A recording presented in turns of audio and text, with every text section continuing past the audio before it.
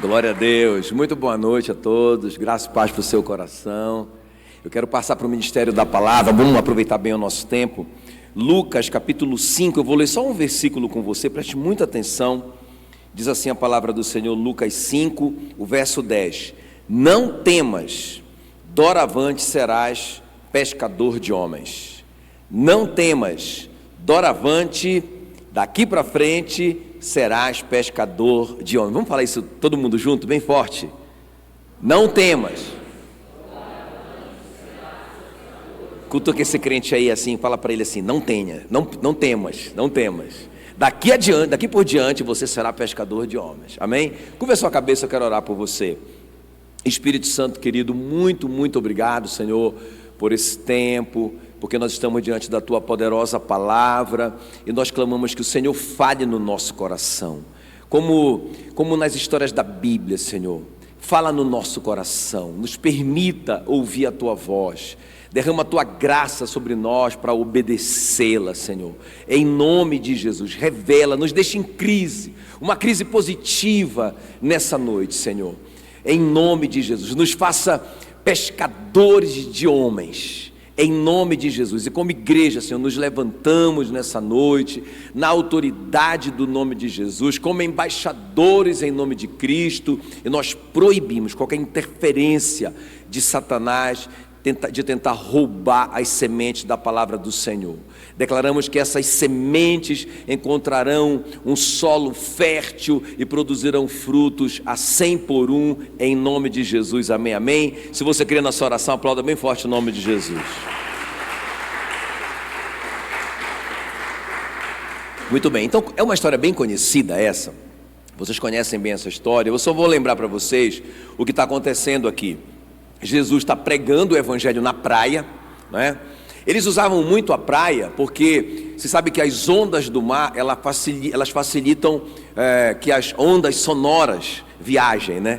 Então os pregadores, os mestres, os rabinos usavam muito essa técnica de pregar na beira da praia. E Jesus estava ali pregando na beira da praia, ali na praia na verdade. E muita gente, porque ele fazia curas, milagres, e eles começaram a aproximar muito de Jesus, querendo tocar em Jesus, e foram empurrando Jesus para a água, aquela multidão. Então estava atrapalhando o culto, quem está me entendendo? Jesus já não conseguia mais pregar, e estava atrapalhando. Então Jesus viu ali 2 barcos que estavam chegando ali, não é? Depois de uma pescaria muito frustrante, eles estavam desembarcando, todo mundo triste, lavando as redes. Então Jesus aproximou de um dos pescadores, que era o Simão Pedro, e ele pediu emprestado o barco. Já pensou, Deus pediu uma coisa emprestada para o homem, não é? E aí ele pede o barco emprestado, e o Pedro então afasta um pouco o barco dele, não é? Fica na parte um pouco mais funda ali. Mas, então, quer dizer, aquelas pessoas pararam de atrapalhar. Quem está me acompanhando aqui, né? Então, o Pedro deixou ali uma faixa de água, de segurança, para que as pessoas não atrapalhassem mais. Então, Jesus acabou o serviço dele, pregou o evangelho, pessoas foram curadas, salvas, libertas, uma bênção. Aí acabou o culto. Aí Jesus agora fala com Pedrão, o dono do barco, e fala assim: Pedro, agora é sua vez. Não é? Vamos para a parte funda do lago. E aí quando eles estão ali na parte funda do lago, Jesus manda eles lançarem as redes. O Pedro questiona: Senhor, nós passamos a noite toda pescando, eu entendo de peixe, não é? E o mar não está para peixe, então não tem sentido. Mas aí ele falou assim, ele completou: mas segundo a tua palavra eu lançarei as redes. Quem está comigo aqui? Segundo a tua palavra eu lançarei as redes. E foi aí que o Pedro surpreendeu, porque a Bíblia diz que era tanto peixe, que quase que o barco do Pedro afunda. E ele começou a chamar os outros pescadores para ajudá-lo ali. Então pararam ali vários barcos, todos ficaram cheios. A Bíblia diz que quase afundaram. Glória a Deus. Então foi a pesca maravilhosa. Então quando o Pedro viu isso, presta atenção, quando ele viu a pesca maravilhosa ali, aquele milagre, ele se prostrou aos pés de Jesus. Ele falou assim: Senhor, afasta-te de mim, porque eu sou um pecador, né? E ele se prostrou aos pés de Jesus, e foi nesse momento que Jesus falou o que nós acabamos de ler.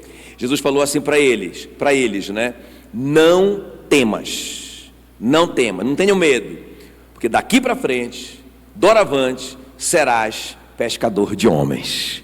Na verdade, tudo o que Jesus estava fazendo ali, escuta bem, era uma grande aula, era uma grande lição. Porque pensa bem, Jesus é Deus. Ele não precisava do barco do Pedro. Se o problema era ali a multidão que estava atrapalhando, ele podia dar uma ré para trás ali, andando por sobre as águas. Quem está comigo? Não é verdade? Ele é Deus. E ali de cima das águas ia ser muito mais incrível, surreal. Jesus em cima das águas começar a pregar o evangelho, todo mundo ia converter ali, né? Mas a lição é: eu vou usar o seu barco e eu vou usar você. Daqui para frente você vai fazer uma coisa muito mais importante do que pescar peixe. Você vai pescar gente. Quem está comigo aqui? Amém? Então, nós precisamos fazer uma pergunta para nós mesmos hoje. Irmãos, nós acreditamos mesmo nessa coisa de pescar homens? Nós sabemos da importância de pescar homens? Por que nós vamos investir o nosso tempo, a nossa vida, o nosso suor, para preocupar com pessoas que estão se perdendo? Não é? Será que nós acreditamos nessa história mesmo de inferno? Porque um dia um crente teve a coragem de dizer para mim, ele falou assim: eu não acredito em inferno, eu acredito o seguinte, que um dia a gente vai chegar no céu, e lá no céu a gente vai descobrir que na verdade não tinha inferno, que o inferno era só para a gente ficar com medo de ir para o inferno. Eu falei: pois se nós descobrirmos isso no céu, o céu deixa de ser céu e passa a ser inferno, porque vai ser uma grande mentira, porque quem mais falou sobre inferno na Bíblia foi Jesus. Quem está me entendendo? 12 vezes Jesus fala sobre inferno. A segunda pessoa que mais falou sobre Jesus foi o apóstolo João, que é o apóstolo do amor. Pensa bem, ele falou 10 vezes, Paulo falou 5, Pedro falou 2 vezes. O inferno é real na Bíblia. Tem até aquela história do rico e do Lázaro, que depois os dois morrem, né? O Lázaro é um mendigo que vive na frente da casa do rico. O rico e o Lázaro morrem, e aí a Bíblia diz que do inferno.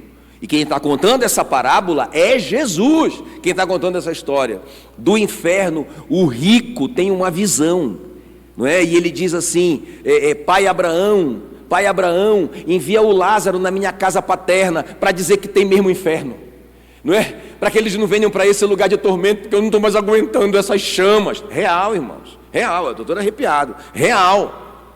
E aí o Abraão, que na verdade é a tipologia de Deus ali, fala para ele assim: eles têm a palavra e eles têm os pregadores da palavra. Se eles não crerem na palavra e nem nos pregadores da palavra, eles não vão crer nem numa ressurreição de mortos. Porque o rico está argumentando assim: manda o Lázaro ir lá, porque o Lázaro já morreu. Quando eles verem o Lázaro que ressuscitou, eles vão crer. E Jesus diz: eles não vão crer, eles só creem se for pela palavra ou pelos profetas. Quem está me entendendo? Irmão, é real esse negócio, é real. E a Bíblia fala mais, fala que é um fogo que nunca apaga, e um verme que nunca morre. Meu Deus, como esse verme nunca morre? É um verme imortal, esse miserável desse verme, né? Porque nós vamos estar com o corpo glorificado, tanto no céu como no inferno. É um corpo diferente. E esse verme fica lá comendo, e o desgraçado nunca se sacia, não é? E aquela dor profunda é só por uma eternidade. É só por uma eternidade. Quem está me entendendo? Irmão, nunca acaba. Puxa, pastor, o senhor vai falar sobre isso hoje? Vou. Quem está me entendendo? Então, irmãos, nós precisamos responder essa pergunta. Nós acreditamos nisso? Tem uma história conhecida na história humana, né? De um cara chamado, uma frase de um cara chamado Charles Pilce. Esse cara, ele era um criminoso, e ele ia ser enforcado, e mandaram ali o pastor para orar por ele, para falar do inferno para ele, para pregar o evangelho para ele. E aí o pastor pregou para ele, e o Charles Pilce respondeu assim, quer ver, coloca a minha frase lá. Ele respondeu assim: se eu acreditasse no que vocês dizem que acreditam, eu rastejaria de joelhos por toda a Inglaterra, mesmo que estivesse coberta de cacos de vidro, para salvar uma única alma do inferno. Você acredita no inferno? Mas também existe um céu. Jesus disse que o ladrão veio somente para roubar, matar e destruir, mas ele disse: eu vim para que vocês tivessem vida, e vida abundante. A Bíblia diz que ele nos tirou do império das trevas e nos transportou para o reino do seu Filho amado. Existe um céu. O apóstolo Paulo disse que nem olhos viram, nem ouvidos ouviram, nem jamais penetrou no coração humano o que Deus tem preparado para aqueles que o amam. Diga assim: o céu é top das galáxias. Amém, queridos? Então, nós precisamos entender o seguinte: que nós ficamos aqui para pescar homens. Quem está me entendendo aqui? Porque senão, irmão, na hora que você foi salvo, você seria arrebatado. Você ficou aqui para arrebatar, para pescar homens, não é? O peixe ali, não é, representa as pessoas que estão perdidas. O mar representa o pecado. E aí os pescadores que vão lá e tiram o peixe de lá. E quando esse peixe sai de lá, acontece um milagre. Ele é transformado num pescador. Aqui tem um monte de ex-peixes, quem está me entendendo? Que viraram pescadores. Ah, pastor, não estou pescando nada. Então tem que corrigir esse negócio, porque você foi chamado para ser um pescador de homens. Quem está me entendendo? Amém, querido? Até eu brinquei hoje de manhã, né, que essa palavra é assim, né? Porque o que diferencia um menino de um homem é a responsabilidade. O que diferencia uma menina, uma criança de uma mulher é a responsabilidade, né? Porque o pai, ele acorda com vontade ou sem vontade, por causa da responsabilidade, ele vai trabalhar, né? Ele engole o sapo lá do patrão, né? Que fala bobagem para ele, mas ele diz: eu não posso perder o emprego, eu tenho um monte de boca para sustentar. Irmãos, o menino espiritual é aquele que vem para a igreja e só fica assim, ó: comida, promessa, bênção, milagre. Criança é assim, egoísta, não é? Criança é egoísta, só quer saber dela, e qualquer coisa chora. Eu não quero esse iogurte, né? Mas o adulto não tem dessa, irmão. Ele sabe a responsabilidade dela. Então a palavra hoje é para adultos. A palavra hoje não é para menino e não é para menina. Quem está me entendendo? Amém? Então Jesus disse: olha, daqui para frente vocês serão pescadores de homens. Amém? Daqui para frente eu tirei vocês de lá daquele mar, mas eu transformei vocês em pescadores. E vocês vão voltar naquele mar e vocês vão pescar peixes que estão se perdendo. Amém? Cadê o Henrique? Antes de eu entrar nos meus pontos, está ali o Henrique, né? Fica aqui na frente, Henrique, vem aqui, ó, vem aqui, para todo mundo olhar para você. O Henrique, né? Há 13 anos atrás, hoje ele não é um líder ali do Eriel, tem uma família linda, né? O marido da Neidinha, né? Da Raquel, da Rebeca e do Miguel. Pensa da família linda, homem de Deus, crente, não é? Trabalhador, né? Um mecânico sensacional. Eu não estou exagerando não, irmão, eu sou fã, né, do Henrique. Mas há 13 anos atrás o Henrique estava no presídio, né? Eu pedi permissão para ele para contar para vocês. Estava no presídio, um crime assim, sem gravidade, tráfico de drogas, não é? Preso. E aí, irmãos, ali no presídio ele conheceu Jesus, saiu de lá para entregar a vida a Jesus na igreja. E aí ele ficou 1 ano e meio solto. E aí quando ele foi crescendo na Igreja da Paz, lá em Boa Vista, foi crescendo lá e tal, aí saiu como é que chama? A decisão, né? Como é que chama?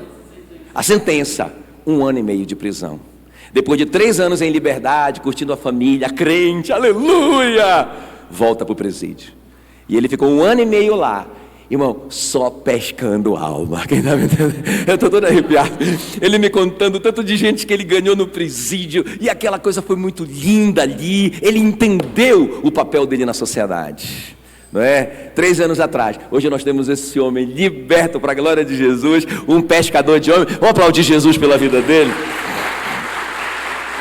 Obrigado, Henrique. Eu ouvi o testemunho do Henrique naquele como é que chama lá? No Disciplin Reforma, na praça. Irmão, eu chorei lá, ouvindo o testemunho do Henrique. Eu já era fã do Henrique. Quando eu ouvi essa história, eu fiquei: como assim? Eu disse: esse Deus é tremendo. Ele transforma peixe em pescador. Amém? E é o que ele vai fazer na sua vida nessa noite, em nome de Jesus. Amém? Vocês estão prontos? Eu quero te mostrar o nosso tema: os pescadores do rei. Os pescadores do rei Jesus. Sabia que Jesus tem pescadores? São vocês, não é? E eu quero te mostrar 3 coisas, né? 3 atitudes que tem que ter no nosso coração de pescadores do Rei Jesus. Amém, queridos? 3 atitudes. Muito objetiva essa palavra. Eu quero orar por vocês no final. Então, a primeira coisa, nós vamos ver aqui na história do Pedro. Os pescadores do rei, eles colocam tudo a serviço do seu rei. Bora gritar isso bem forte. Primeira coisa que os pescadores do rei fazem, fala aí para mim. Colocam tudo a serviço do rei, não é? Então olha o que diz aí Lucas 5:3. Entrando em um dos barcos, que era o de Simão Pedro, pediu-lhe que o afastasse um pouco da praia, e assentando-se ensinava do barco as multidões. Então presta atenção, o Pedro chega depois de uma pescaria frustrante, ele está lavando a rede. Se você ler a história em Lucas 5, você vai ver que o Pedro não tem um barquinho. Quando a gente lia, quando eu era criança, eu tinha essa imaginação assim, né? Que o Pedro tinha um barquinho, ele jogava o anzolzinho dele lá, pegava um peixinho e levava para a família comer. Não, se você ler a história, você vai ver que ele era um empresário, na verdade, que tinham vários barcos. Ele era, né, o dono de uma frota de barcos. Era um negócio sério, era uma empresa. Então, o Pedro ali chega com toda aquela tripulação dele, um monte de homens responsáveis para sustentar sua família. Irmão, pensa na cabeça do Pedro. O que ele está pensando? Meu Deus, e agora? Como que eu vou levar a comida para casa? Como que eu vou pagar o salário dos meninos? Não é? E aí, ele está lavando as redes e vem um cara, né, vem um cabeludo que ele não conhece, e aí pede para ele o barco emprestado. Ele pode alugar esse barco. Ele pode fazer alguma coisa para ganhar essa grana, não é? E aí esse homem, que é um pregador só, pede o barco emprestado para pregar a palavra de Deus. E assim, irmãos, deixa eu te falar uma coisa. O Pedro coloca o barco dele a serviço do Rei Jesus.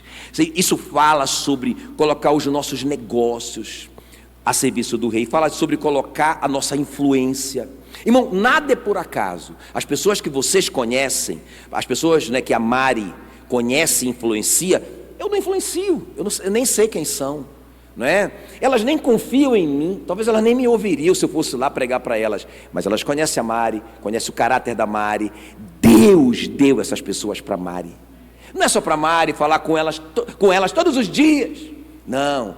O propósito, sempre, tudo que Deus colocou na sua mão, é para que você pesque homens. Pesque homens. Ele te deu lembra da rainha Esther? A rainha Esther, linda. O nome dela era Radassa, na verdade, o nome judeu dela. Radassa quer dizer murta, aquela plantinha que sobe na parede, não é? Murta. Quando ela chegou em Suzã, capital do mundo na época, as pessoas olharam para ela e disseram: uau, Miss Universo, essa mulher linda. Chamaram ela de estrela. Esther é estrela. E aí o que aconteceu? A rainha Vasti pisou na bola e foi deposta. E aí o rei Assuero fez um concurso de beleza. Quem ganhou? A Esther, rainha Esther, linda, Miss Universo. Ganhou o coração do rei Assuero, ganhou o concurso, virou a rainha. Agora, o Ramã, primeiro-ministro, que odiava os judeus, baixou um decreto para matar todos os judeus. O Mordecai, que era judeu, tio da rainha Esther, foi lá com ela e disse: minha filha, é a sua hora. Para esse propósito, Deus te colocou nesse lugar. Liberta seu povo. Sabe o que ela disse? Estou muito ocupada, titio. Muitos compromissos, muitas unhas e muitas depilações, eu estou muito ocupado com tantas reuniões socialites, titio, não posso fazer nada. Mordecai apontou o dedão na cara dela e disse: você não está entendendo. Você foi colocada nesse lugar, nessa posição, por causa dessa conjuntura que o seu povo está passando. Se você não se levantar para libertar o seu povo, Deus vai colocar outro no seu lugar, mas você e sua casa perecerão. Quem está aqui comigo?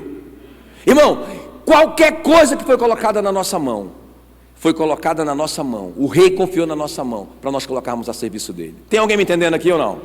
Isso, pastor, essa palavra é para gente grande mesmo. Um exemplo disso que eu acho lindo na Bíblia, de colocar tudo a serviço do rei. Porque veja bem, interessante isso. Porque por mais, irmão, presta atenção. Beleza, eu fui pescado por alguém, né? Sabe, né? Eu já contei minha história aqui, eu era um viciado também em cocaína, não é? E eu fui também pescado desse mar. Alguém foi lá, o Paulão, meu amigo, me pescou. E eu fui salvo, aleluia. E aí eu virei um pescador. Agora deixa eu falar uma coisa interessante. O Pedrão, ele é salvo, ele se prostra aos pés de Jesus, ele reconhece Jesus como o Senhor ali. Senhor, ele diz, meu dono. Quírios, ele diz meu dono, e ele se prostra aos pés de Jesus, maravilha. E irmãos, ele coloca o barco dele a serviço de Jesus. Escuta bem o que eu vou te falar, isso não é mais do que obrigação, ele foi salvo, quem está me entendendo? Rapaz, eu estava condenado à morte eterna, ao inferno eterno, o fogo que nunca morre, o fogo que nunca apaga, o verme que nunca morre, quem está ligado? E eu fui salvo disso, fui transportado de graça, não fiz nada para merecer. Ele morreu por mim quando eu estava perdido nos meus delitos e pecados, e agora eu não vou colocar meu barco a serviço dele, é mais do que uma obrigação, quem está me entendendo? Mas deixa eu te falar, por mais que seja a nossa obrigação mesmo, Jesus recompensou Pedro. Jesus falou assim para o Pedro, lançai as redes, não tem peixe nesse mar, mas eu vou obedecer. Aí ele joga, e aí irmão, milagre, quem está comigo aqui, ó, milagre. Por mais que seja uma obrigação sua, por mais que seja só gratidão sua, Deus vai te recompensar por você pescar os homens que estão caminhando para o inferno. Quem está me entendendo aqui? Então essa história da sunamita é muito legal, eu gosto muito dela.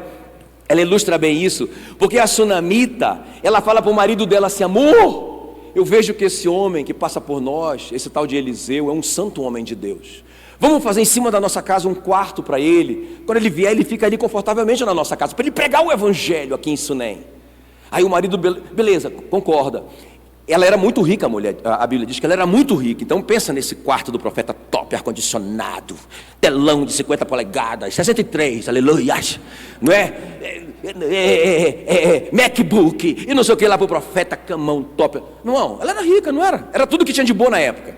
Aí o profeta está lá de boa. Irmãos, é interessante. Olha, ela coloca as coisas dela, a casa dela, a serviço do reino. Não é? Isso é gratidão só. Puxa vida, Deus que formou ela, Deus que abençoou a vida dela, gratidão. Mas Deus vai honrá-la. Olha só, ela tinha um sonho de ter um filho, mas o marido era muito velho, a Bíblia diz. Ele não entendeu, né? Aí a Bíblia diz que Deus fez 2 milagres, curou o útero e despertou o marido, aleluia. E aí ela engravidou. Diga assim comigo, diga assim bem forte comigo. Quem investe no reino de Deus, quem coloca tudo a serviço do rei, o rei realiza seus sonhos. E aí o rei realizou o sonho dela. Mas quando esse menino tinha 15 anos, ele morreu. E o que foi que Deus fez? Ressuscitou o sonho. Diga assim, quando a gente coloca tudo a serviço do rei, ele ressuscita o que está morto na nossa vida. Amém? Mas olha só o que vai acontecer ainda. Aí ele ressuscita. E aí Deus fala assim com o profeta: Eliseu, eu quero que você dê um recado para a sunamita. Vai vir uma fome de 7 anos sobre o mundo, e eu quero que ela saia daqui de Israel, só ela, e ela vá para a Filístia, que era o melhor lugar, um lugar maravilhoso, Estados Unidos da época, aleluia, não é? E eu quero que ela vá para a Filístia, mas você não, você fica aqui, você vai passar esse período de fome, mas a sunamita não. Eu quero que ela fique 7 anos de férias lá, aleluia, não é? Irmão, pensa, deixa eu te falar uma coisa, quando você coloca tudo que é seu, como eu te falei no começo, tudo que é seu, a serviço do rei, com o objetivo de ele salvar o perdido, irmãos, ele te conta segredos. Quem está comigo aqui? Aí só a sunamita, o profeta disse: olha, eu vou te contar um segredo, mas você não pode contar para ninguém. Eu vou te dar um segredo e vou te dar uma ordem. O segredo: vem uma fome de 7 anos. A ordem: você tem que sair daqui. Você vai para a Filístia. Claro, ela era granada, não é? Pegou uma grana, vendeu uns imóveizinhos, foi, não é? Bem na foto para a Filístia, fez todos os cursos, né? De uma madame na Filístia, fez curso de mergulho, fez tanta coisa lá. Aí beleza, 7 anos se passaram. Aí o profeta Eliseu mandou chamar a mulher. Olha, 7 anos, volta, porque agora já tem pão aqui, já está tudo bem, pode voltar. Quando ela voltou, ela perguntou: mas e as minhas terras? E as minhas coisas? O Eliseu foi lá e influenciou o rei. E aí o rei chamou ela e falou assim: senta aí. Chamou o secretário dele: faça uma conta aí, quanto que ela receberia se ela tivesse plantado por esses 7 anos. Quem está comigo aqui? É a primeira pessoa e única que colhe sem plantar, porque a Bíblia diz que de Deus não se zomba, o homem só colhe o que ele planta. Ela não plantou. Por 7 anos o rei fez a conta, faz a conta aí. Deu 15 milhões. Deposita na conta, passa o Pix, aleluia. Deixa eu falar uma coisa para você. Quando nós colocamos tudo a serviço do rei, ele restitui o que foi roubado pelo gafanhoto. Eu te pergunto, tem alguém aqui que precisa de restituição? Deixa eu ver aqui. Irmãos, a primeira coisa aqui, a primeira característica de um pescador de homens, grita aí qual que é? Coloca tudo a serviço do rei. Até eu estava lendo a história do cara que ele é o dono da Hobby Lobby, uma das maiores redes varejistas dos Estados Unidos. E ele doa metade de todos os seus lucros para a evangelização mundial. Isso aqui é história real, história atual, não é? Outro cara que eu fiquei impressionado com a história dele, o Rockefeller. Quem já ouviu falar do John Rockefeller? O Rockefeller, quando ele era criança, ele vendia jornal. Ele chegou na casa dele, vamos colocar aí, $15, sei lá. Eu acho que na verdade era $1. A história é $1, que ele tinha vendido o jornal. Ele era criança. Aí ele deu tudo para a mãe dele. Mamãe, eu quero te dar todo o meu dinheiro. A mãe dele disse, não, esse dinheiro não é seu. A sua parte é 90%. Com 90% você faz o que você quiser, mas 10% é do Senhor. E nunca esqueça disso, John. Ele disse, beleza. E aí ele separou, né, os 10 centes de dólares e deu o dízimo. Os 90 centes ele deu para a mãe dele. Depois de muitos anos ele virou o maior bilionário da história. Dizem que até hoje, proporcionalmente, ele ainda é o homem mais rico da história. John Rockefeller, o fundador da Standard Oil. E aí, o que aconteceu? Ele ficou bilionário. Um dia alguém entrevistando ele perguntou para ele, qual é o seu segredo? Ele disse, o meu segredo é, se eu não tivesse dado o dízimo do meu primeiro dólar, eu jamais teria dado o dízimo do meu primeiro $1 bilhão. Diga uau! Ei, quem coloca o seu tudo a serviço do rei, recebe a pesca maravilhosa. Amém, queridos? Então, nós precisamos fazer essa decisão hoje. Se nós vamos ficar sentado no banco da igreja, ou se nós vamos colher, ou se nós vamos pescar gente para Jesus. Amém? Então a primeira coisa é essa. A segunda coisa, vamos avançar. A segunda coisa, a segunda característica de um pescador de homens. Grita aí comigo, eles obedecem radicalmente a palavra. Qual que é a primeira coisa que eles fazem? Eles colocam tudo que é seu a serviço do rei. A segunda coisa, eles obedecem radicalmente a palavra do rei. Olha o que diz aí Lucas 5,4.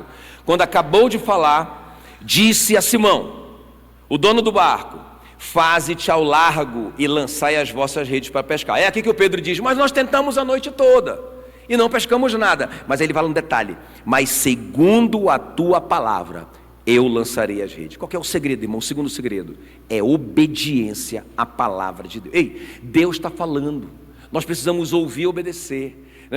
Uma história que marcou a minha vida e que foi uma das palavras que Deus me deu para eu vir para Curitiba, foi a história do Felipe. Porque o Felipe, ele estava tendo sucesso em Samaria, igrejão top em Samaria, os sacerdotes convertendo, igreja top das galáxias, não é? E aí o Espírito Santo falou com ele assim, dispõe-te e vai para a região deserta de Gaza, só isso. Não explicou nada para ele, não falou nada para ele da missão. E aí ele se dispôs e vazou, foi para Gaza. E aí quando ele chega em Gaza, ele não entendeu, foi nada, um deserto. Não tinha gente, só tinha cacto. Para quem que eu vou pregar o evangelho? Não estou entendendo nada. E ele ficou lá. Beleza, o Senhor mandou eu ficar aqui, eu vou ficar. Ele mandou, eu obedeço. Ele mandou lançar as redes, eu vou lançar. E aí, irmãos, ele está ali, passa uma carruagem. E aí o Espírito Santo falou no coração dele, corre atrás dessa carruagem. Aí, poderia ter sido filmada essa história, né? E lá vai o Felipe correndo atrás da carruagem, irmão. Pensa, os cavalos estão ali, ele está cansado, ele é um ser humano, correndo junto com o cavalo, ele não aguenta mais, não é? E aí ele emparelha com o cara lá dentro, o eunuco, que é o primeiro-ministro da rainha de Candace, um cara riquíssimo, o ministro das finanças, e ele está ali, e o cara lá tentando ler a Bíblia. Ele vê pela janela e diz: você está compreendendo o que você está lendo? Ele diz: como que eu vou compreender se ninguém me explica? Ele diz: eu posso te explicar, mas para essa carruagem, porque eu não aguento mais. Aí ele para, Filipe entra, e aí ele abre a Bíblia com o eunuco e explica. Ele fala assim: de quem que o profeta está falando aqui, quando ele está dizendo aqui que ele foi ferido pelas nossas transgressões, que o castigo que nos traz a paz estava sobre ele, e sobre as suas feridas nós fomos curados. Sobre quem ele está falando aqui? Aí o Filipe: uau! Ele está falando de Jesus. E aí começou a pregar Jesus para o cara creu no Evangelho e perguntou para o Filipe: eu creio nele, o que impede de eu ser batizado? O Filipe disse: nada, nada impede. Ele parou ali, mergulhou o eunuco e ele nasceu de novo, aleluia. Quem crê e for batizado será salvo, quem não crê será condenado. Quem está me entendendo aqui?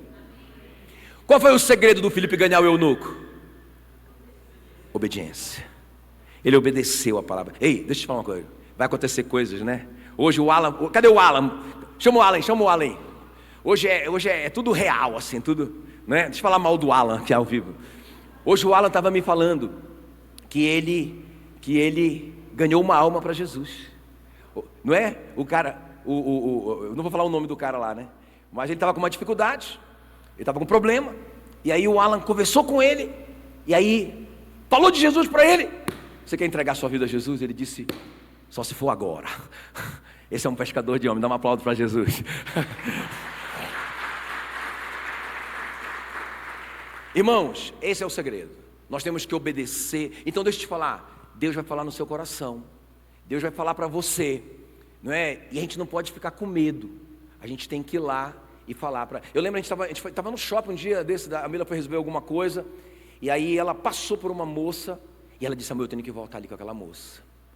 Pensa numa pessoa que, sabe, você olha e diz assim: cara, isso não quer nada, não quer saber de Deus, não quer saber de nada. Ela está super ocupada com os negócios dela. A Mila disse: amor, Deus mandou eu falar com ela uma coisa, eu vou voltar lá. Eu disse: volta, vai lá, ficar orando por você.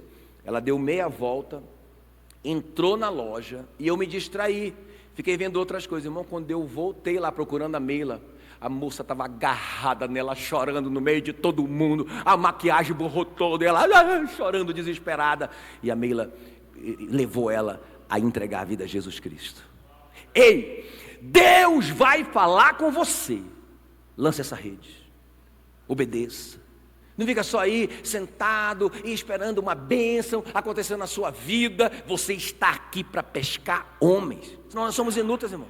Senão nós somos inúteis, não é? Eu vou te falar uma coisa. Uma das evidências que nós fomos salvos, que nós fomos fisgados por Jesus, é que nós viramos pescadores. Quer saber se você foi salvo? Tem uma preocupação dentro de você com aqueles que estão se perdendo eternamente. Pessoal, irmãos, eu fico imaginando eu no céu, já pensou? Estou lá no céu com Jesus para sempre, aleluia, e descubro, está amarrado em nome de Jesus, que um filho meu está num sofrimento eterno, só para sempre. Irmão, misericórdia, é agora, irmãos, é agora, vamos para cima. Vamos aproveitar a nossa vida, nossa influência, nossa boca, nosso talento, tudo que nós temos, irmãos, para a gente pescar almas para Jesus. Tem alguém comigo aqui ou não? Aleluia, aleluia. Muito bem, deixa eu terminar. Vou terminar. Então qual é a primeira coisa que um pescador de almas faz, um pescador de homens faz? Colocar tudo a serviço do rei. Irmão, tudo vai passar. Tudo vai passar. Tudo vai passar. Esse carrão que você anda, vai ficar, né? Olha, eu como pastor já tive esse constrangimento, porque é nossa função, né? Muitas vezes você vai lá no lugar, pessoa rica, e você vai orar ali aquele momento, ela está no caixão, e a família já está ali conversando, quem vai ficar com o quê? Irmãos, isso é tão terrível. E aí eu fico olhando para o morto, e ele não fala nada, não dá palpite nenhum. E os caras estão lá brigando pelas coisas dele, que ele conquistou. Irmão, tudo vai passar. Tudo vai passar. A gente não vai levar nada dessa vida. Nada, absolutamente nada. É a hora, irmãos, da gente pelo menos chegar lá com Jesus e dizer: Senhor, eis aqui, não é? Eis aqui as vidas, os filhos que tu me deste. Isso a gente leva para o céu. Aleluia. Amém, queridos? Muito bem, vamos terminar então. A terceira coisa é: os pescadores de homens, eles têm um relacionamento íntimo com o rei. Eles colocam tudo a serviço do rei, não é? Qual que é a segunda coisa mesmo? Eles obedecem tudo o que o rei fala, ainda que eles não entendam, mas eles também têm um relacionamento íntimo, não é só uma obediência cega, eles têm intimidade, eles andam com o rei. Olha só o que diz Lucas 5,10 então: não tenha medo, doravante serás pescador de homens. Agora presta bem atenção aqui para você entender isso, porque quem fala isso é o Lucas, o apóstolo Lucas fala assim, mas os evangelhos, por isso que você lê no evangelho um detalhe que não tem no outro, isso é muito legal, a gente chama de evangelhos sinópticos. É como se fosse assim, eu estou vendo um acidente aqui, eu estou vendo um acidente, qual foi a análise do acidente? Aí eu conto a minha história. Uma pessoa que vê de um outro ângulo vai ver coisas que eu não vi, mas quando a gente junta a história, é a mesma história, é o mesmo acidente, de ângulos diferentes. Assim que são os evangelhos. Então o Lucas, ele diz que Jesus falou assim para os discípulos: não tenham medo, daqui para frente vocês serão pregadores de homens. Mas o Mateus ouviu uma frase que é muito importante, graças a Deus que o Mateus ouviu, porque o Mateus vai dizer assim, Mateus 4,19, que Jesus disse assim: vinde após mim, e eu vos farei pescadores de homens. É muito importante, é muito diferente o que o Lucas falou do que o Mateus falou, diferente entre aspas, porque o Lucas fala, daqui para frente vocês serão pescadores, mas o Mateus diz como que isso vai acontecer. Ele vai dizer: eu farei vocês. Quem é que vai fazer? Jesus vai fazer. E como ele vai fazer? Se vocês me seguirem, se vocês vierem após mim, ou seja, se vocês seguirem os meus passos. Para isto foste chamados, conquanto Cristo padeceu em vosso lugar, para que vocês sigam os seus passos. Nós fomos chamados para imitar Jesus. Quem está comigo aqui? Isso aqui é chave para eu ser um pescador de homem. Quem quer ser pescador de homem mesmo? Tem que imitar Jesus. Tem que ler a Bíblia. Tem que saber como que ele andava. Como é que eu vou imitar uma coisa que eu nunca vi? Agora olha só o que diz 1 de Pedro 2,21. Muito importante esse versículo. Não, esse eu já li. Eu já recitei. Vamos ler 1 João 3,16. Eu acho muito legal isso. Olha só: nisto conheceremos o amor. Como que é o amor? Como que é o amor? Que Cristo deu a sua vida por nós, e nós devemos dar a nossa vida pelos irmãos. Diga ai.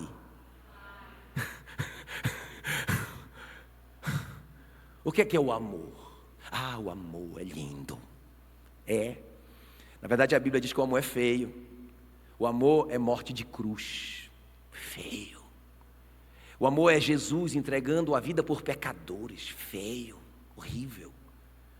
É isso que é o amor.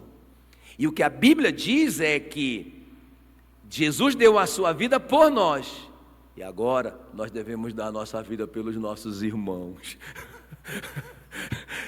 É fácil isso, irmão? Você imagina, lá em Atos 7, né? Eu lia isso antigamente, eu vou contar um segredo para vocês. Eu lia isso antigamente e dizia: não, eu não acredito nisso, porque eu era um bebezinho, eu estava ali começando a ler a Bíblia. E aí eu li Atos 7, que é o martírio do Estevão.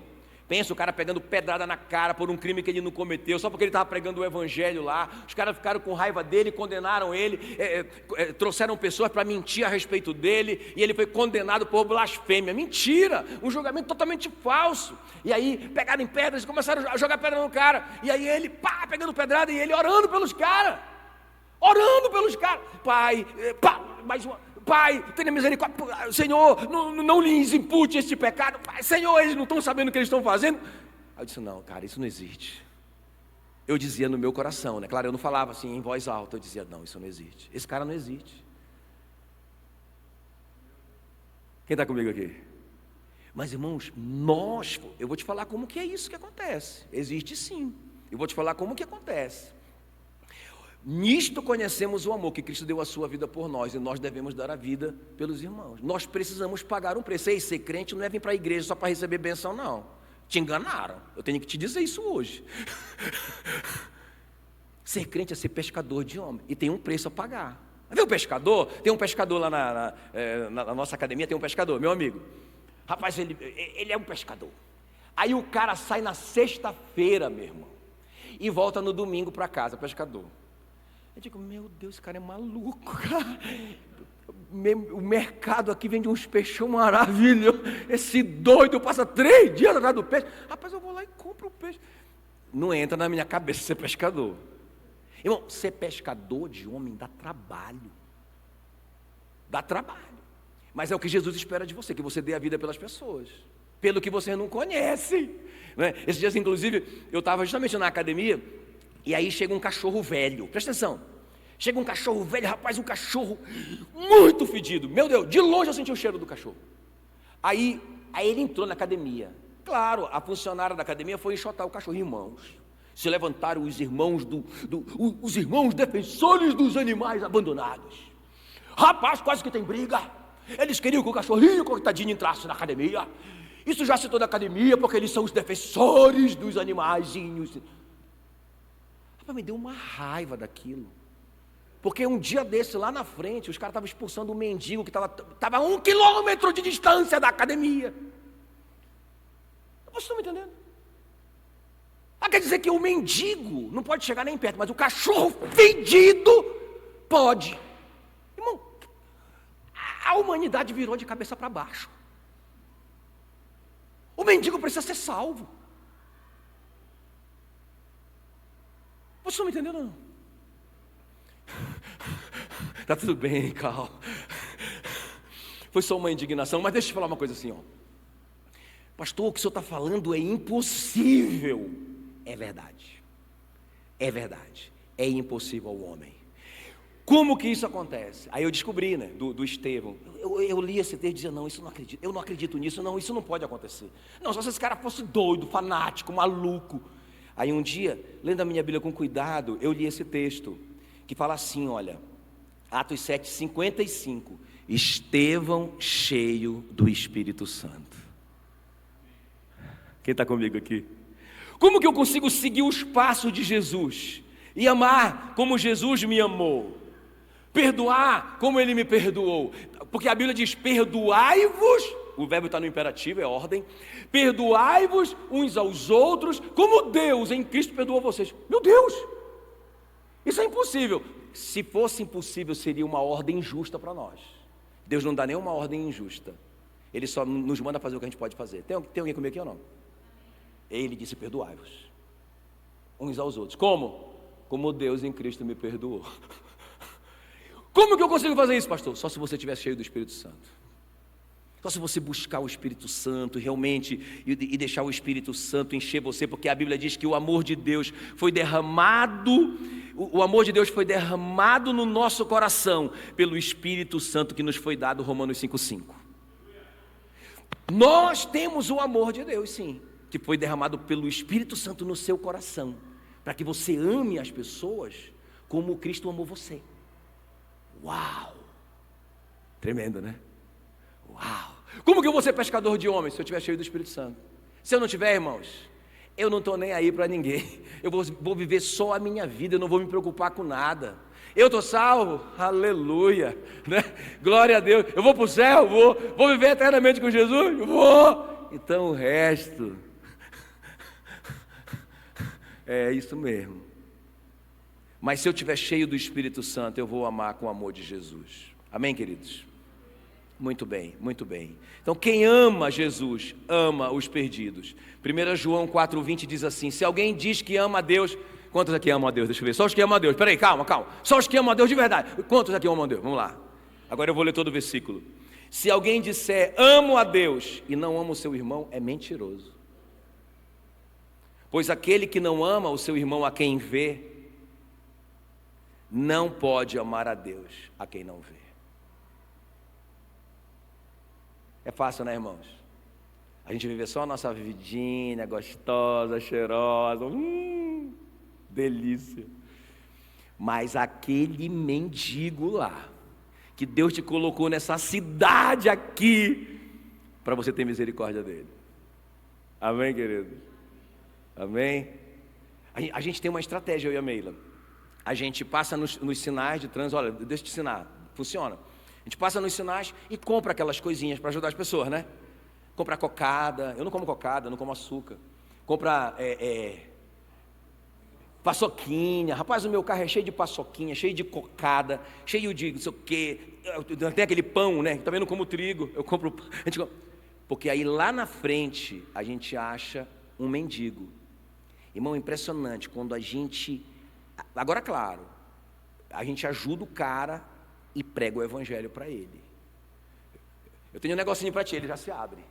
Mas eu preciso falar um negócio antes, né? Aí ele, pode falar. A gente fala de Jesus para ele, né? Estamos pescando. Amém, queridos? Estamos pescando. Eu entrei na igreja completamente bêbado e drogado. Na verdade, eu tive uma overdose. E eu vi tantas coisas no mundo do espírito, tantas coisas terríveis, eu não preciso contar para vocês, que eu fiquei com medo, só medo de dormir e acontecer de novo. E aí eu fui lá na igreja para receber um passe, para receber um negócio, para sair aquele negócio de dentro de mim. Quem está me entendendo? Aí eu cheguei na igreja assim, completamente bêbado, fedendo a álcool, completamente drogado. Talvez as pessoas que me olharam ali disseram, esse cara aí, mais um, esse doido aí, ó, mais um maluco, mais um nóia, né? E aí, irmãos, naquele dia eu ouvi o pastor pregar o evangelho, e aquilo tocou em mim de uma forma tão poderosa, foi incrível. Ele disse, se você entregar sua vida a Jesus, sua vida não mudar, eu paro de pregar o evangelho. Ele disse, você nem precisa parar de fumar maconha. Eu disse, já gostei desse pastor. Não precisa parar de beber, não precisa de parar, fazer nada de errado. Oh, glória a Deus, aqui é a minha igreja. Mas ele disse, mas se você entregar a sua vida a Jesus, Ele vai mudar você. Ele vai mudar você. E se Ele não mudar você, eu quero que você me procure, porque eu preciso parar de pregar isso que eu estou pregando. Eu disse, cara, gostei desse pastor, gostei dessa igreja, fui para frente, entreguei minha vida a Jesus. Está aqui o ex-maconheiro, o ex-cheirador de cocaína, eu não provo álcool, nem nada, zero álcool, nada. Cara, ei, Deus me fez um pescador. Deus me transformou num pescador. Amém, queridos? Esse evangelho que eu estou pregando, eu te asseguro que funciona. Amém, queridos? Fique em pé no seu lugar, eu quero orar por você. Vem aqui o Ministério de Louvor. Nós vamos orar e nós vamos consagrar nossa vida a Jesus e dizer para Ele, hoje de manhã, também nós tivemos o culto dos hispânicos, né, 4 da tarde. Muitos deles me procuraram e falaram, pastor, eu quero servir a Jesus, eu quero trabalhar, eu não quero ficar só sentado no banco, eu quero fazer alguma coisa da minha vida, eu quero ser útil para Ele. Tanta gente aí, irmãos, nós precisamos de muitos músicos, não é? Agora nós temos 3 cultos e mais o culto das crianças, são 4 cultos, precisamos de uma grande equipe de músicos, precisamos de tantos trabalhadores para essa seara, não é? Vem compor essa equipe de pesca. Ei, nós precisamos de muitos pescadores. Nós abrimos uma célula sexta-feira lá em Fazenda Rio Grande, só com venezuelanos. Tinha mais de 20 venezuelanos lá na reunião, não é? Irmão, nós nem precisamos ir para a Venezuela fazer missões. Eles estão aqui, não é? E aí nós fomos lá, foi top. Juntando com a célula do Carlos, já tem mais do que 50 pessoas. Nós vamos começar um culto, né? Falamos lá na célula, vamos começar um culto uma vez por mês lá na Fazenda Rio Grande. Salvar esses peixes, tirar esses peixes desse rio de pecado e trazer para o reino da luz. Uau! Uau! Não é? A Mari estava contando hoje, né? Que ela deu um conselho para uma irmã, que aí tal, né? Tava meio assim, né? O espírito do encalhado que estava lá. Aí a Mari deu um conselho para ela: sirva Jesus, coloque a sua vida à disposição do reino, buscar em primeiro lugar o reino de Deus e a sua justiça, as demais coisas vos serão acrescentadas. Diz que ela descansou e começou a servir a Jesus. e se consagrou. E eu conheço realmente ela, eu sou fã dela. E por quase 8 anos, ela intensamente servindo a Jesus. Senhor, quando chegar a hora, vai acontecer. Hoje foi o noivado dela, a gente foi lá noivar ela. Coisa mais linda do mundo, não é? O que nós estamos fazendo, irmão, da nossa vida? Não é? O que é que nós estamos fazendo da nossa vida? Vocês viram, um filme que eu choro sempre. Se eu ver 10 vezes, eu choro de novo. A Lista de Schindler. Não é quando Oscar Schindler, que é uma história real, no final ali ele salvou mais de 6.000 judeus da câmara de gás. Ele comprava, né? Lembra? Ele comprava os judeus, ele ia lá com os caras, ele subornava os guardas da Gestapo e comprava o cara e colocava o cara na fábrica dele. Era só para salvar o cara da morte. Ele era alemão, mas ele ficou tão indignado com aquele absurdo. Ele começou a fazer o que ele podia para salvar aquelas pessoas. Ele gastou muita grana nisso. Mas no final, quando acabou a guerra, aí os caras reuniram em volta dele, todos aqueles judeus reuniram em volta dele para agradecê-lo.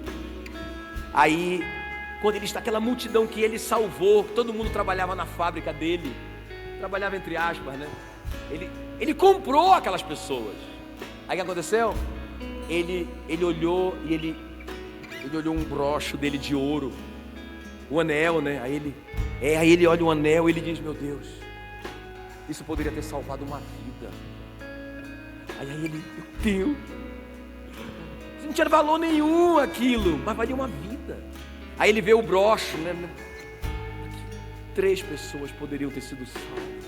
Ele olhou o carro dele, ele se ajoelhou no chão ali chorando. Ele olhou o carro dele e disse: eu poderia ter salvado mais de 10. Mais de 10. O cara que é o líder dos judeus ali abraça ele e diz: Oscar, você fez muito. Você fez muito. Mas ele diz: eu poderia ter feito muito mais. Aí, irmãos, eu não quero chegar lá no céu e sabe, e ter essa sensação e dizer: meu Deus, eu poderia ter feito muito mais. Que vida miserável, medíocre, egoísta que eu vivi na terra. Que vida mesquinha. Eu poderia ter feito muito mais. Ah não, irmãos, eu quero chegar diante de Deus, né, e dizer: combati o bom combate, encerrei a carreira, guardei a fé. O que o Senhor esperava que eu fosse, eu fui. O que o Senhor esperava que eu fizesse, eu fiz. Está consumado. Isso é sucesso. Isso é sucesso. Você pode ter sucesso financeiro, sim, junto com isso. Mas você não pode ter sucesso financeiro sem isso. Porque isso é fracasso. Isso é fracasso. Só sucesso financeiro não é fracasso. Porque tem um monte de milionário aí, irmão, dando tiro na cabeça. Não. Ei, vamos acordar, gente. Vamos despertar. Vamos pescar homens. Vamos orar por eles. Amém, queridos? Imagina Deus falando com Ananias: Ananias, levanta. Vai lá na rua chamada direita. Procura na casa do Simão por um homem de Tarso chamado Saulo. Ele está orando, está desesperado, está cego. O Ananias diz: Senhor, não faça isso comigo. Esse homem é um assassino. Ele persegue a igreja, ele mata os crentes. Sabe o que Jesus falou para ele? Vai. Porque ele é para mim um vaso escolhido para pregar o evangelho para os gentios e os reis da terra. E o Ananias, apavorado, foi. Quem está me entendendo? Chegou lá, ele já chamou o Saulo de irmão Saulo. Irmão Saulo, Jesus que te apareceu no caminho falou comigo. Disse que para eu colocar a mão na sua cabeça para você ser curado e para você ser cheio do Espírito Santo. Uau! Isso é um pescador de homens. Irmãos, esse cara colocou a mão na cabeça do Saulo. E esse Saulo que virou o apóstolo Paulo se tornou o maior bandeirante, o maior estruturador, o maior fundador de igrejas da história do evangelho. Eu fico imaginando, esse Ananias deve ser bilionário no céu. Eu quero conhecer a casa do Ananias. Porque, irmão, só a comissão que ele ganhou das almas que o apóstolo Paulo ganhou, quem está me entendendo? Ele deve ser muito rico no céu. Aleluia. Coloque a mão no seu coração. Vamos adorar o Senhor.